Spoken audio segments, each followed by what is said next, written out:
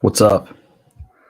Wait for a few more of you guys to join me here before we completely get going. It is about 5:30, 8 o'clock tip. Women tip off here in about 30 minutes. Good night of Big 12 basketball. A couple of top 25 games with the women, so that'll be awesome. Hope you guys are having a great day. This Texas Tech game's getting more interesting by the minute. Real quick, all right, we'll get as y'all are joining me. Let's hear from our friends at the Iowa Clinic. We'll be back with tonight's preview. So, my life gets crazy with Brooke and Blake and a husband that works 80 hours a week. And I decided to start my own business on top of it, which is insanely crazy. But thanks to the Iowa Clinic, they made it easy to see my doctor. And when I get there, she listens. So I feel like I have a partner. And before you know it, I can get back to my crazy, busy, insanely busy life where I have a busy business, busy husband, and busy twins. Oh no, where's Brooke? There she is. Care how you want it. Visit iowaclinic.com. All right, let's get after it. Iowa State and Texas Tech, ESPNU tonight, 8 o'clock. Now, if you're like me, you watch the point spreads on these things. I thought it would come out at around a pick 'em. It did. I thought Iowa State would be undervalued in that because what you get a lot of times with these analytics, specifically Ken Palm, frankly, there's too much of last year that is still in the equation.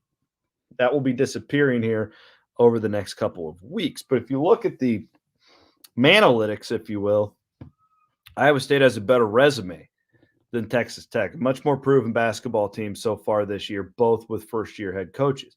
Now, let's talk about the elephant in the room. This opens at Iowa State as a 1-point favorite. Iowa State now a 5.5-point favorite. What in the world could be going on? Well, Texas Tech is going to be down, according to John Rothstein, to 7 scholarship players tonight against the Cyclones. They're in trouble. Terrence Shannon, the point guard, has been out with a back problem. We knew as of yesterday that he would probably be out.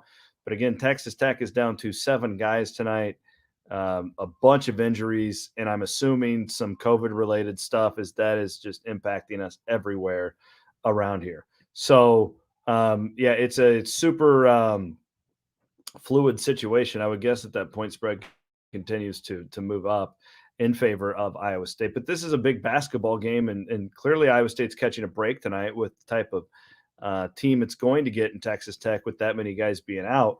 But if you look at the future schedule for Iowa State, let me pull this up here. It's brutal. Like it's a brutal 6-game stretch here to start the Big 12. You get Texas Tech, of course, tonight. Then you got to go on the road to Oklahoma, who played at Baylor really tough last night. They were really impressive. Porter Mosher's doing a good job there. Got to go to Kansas, which you can all but scoop up as a loss according to the numbers. You're going to be a double-digit underdog.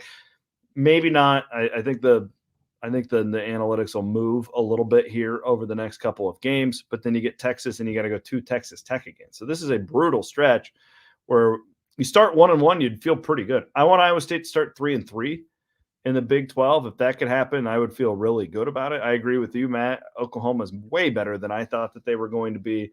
Watch Oklahoma State play Kansas tough last night. This is a brutal league, so you got to scoop these up, and that's kind of the goal is, okay, you lost to Baylor at home.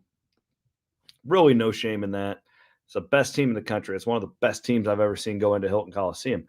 But you don't want to drop 2, right? You don't want to drop 2 at home, especially in a game where you're getting dealt a pretty positive card here with all these guys being out for Texas Tech. So it's got that big game feel to it, and you better take care of business tonight, because if you lose this one tonight with this scenario, then you're going to feel pretty tough going into on the road at Oklahoma, on the road at Kansas, which are going to be brutal in their own right. So what did that old underarm protect his house? You know how that goes. Like that's the key.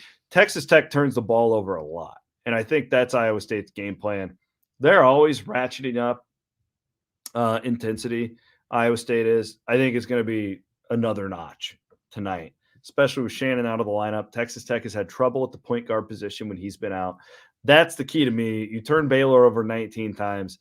If you get Tech to turn it over 15 to 20 times, I think Iowa State wins, and I don't think that there's another stat that can convince me otherwise. I don't care about three-point shooting, because you're going to get a lot of points around the basket if you keep turning them over like that. I think Tech will. They do turn you over too. They're an elite defensive team. But if you put these two teams up next to each other, just statistically, and you haven't watched either one of them play, they're pretty similar as to how they play basketball. What will Tech be able to do tonight with 7 guys, right? I like Iowa State tonight. I think Iowa State wins this thing by double digits. The way it is stacking up, I don't think you have two poor shooting nights in a row, and that's my prediction on the Cyclones tonight. I just think it's a loaded league, and this is where it all gets really, really, really, really nutty, is when you start doing these games one after another, and it's going to be a hell of a lot of fun. The last 2 nights sitting around watching Big 12 basketball for me, last night specifically, was going to I'm a big fan of this time of year. We'll take a couple questions. James, what's up, brother? The pride of Myrtle Beach, South Carolina down there. James, do I expect Enaruna to continue his solid play? Yeah, I do. I mean, I don't think Tristan Enaruna is going to score like 23 points a game for Iowa State like he did against Baylor, but I think that this is a trend now. This doesn't seem fluky to me. He's so good with his left hand. I think that he's got a nice little motor that I didn't quite know if he had. We just didn't know. So yeah, I think that he's going to be really good. I think that he raises Iowa State's ceiling a lot. Tristan Enaruna does. Chris, first team to 50 wins, possibly. I mean, tonight with Tech's injuries and the COVID stuff, yeah, I think that's fine. I think I would agree with that. I hope Iowa State scores a lot more than that, though, being the setup of how things are going. I'd almost look at the over now, but whatever.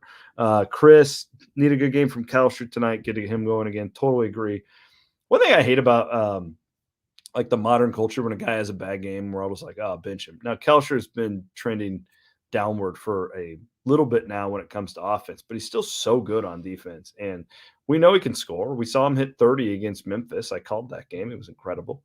Get that going. I agree with you, Chris. Get him going again. Get some baskets around or get some buckets around the basket, right? Like, they don't have to be threes. Just get that. He's got to just not be afraid to have the basketball, and that's what I saw against Baylor. That it didn't like, the 6 turnovers and 0 points and fouling out. I mean, you were basically a 0 on offense. You were a negative, and you can't be a negative because that's what can start to take away from your defensive effort. And give Gabe Kalsher credit. The dude plays defense no matter if the shots are falling or not, and that is key when you're playing basketball like Iowa State is doing it right now. One more question, Craig, Trey King waiver.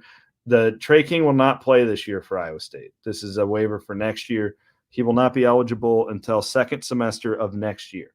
So the waiver would be to get him to be able to play in the fall. So Trey King will not be on the team this year. Make that very clear. Tell your friends, family, and neighbors. With that, thank you. Appreciate y'all watching. Clones tip off tonight at 8. We'll have complete coverage. And appreciate you guys tuning in. Have an awesome rest of your Wednesday night. Later.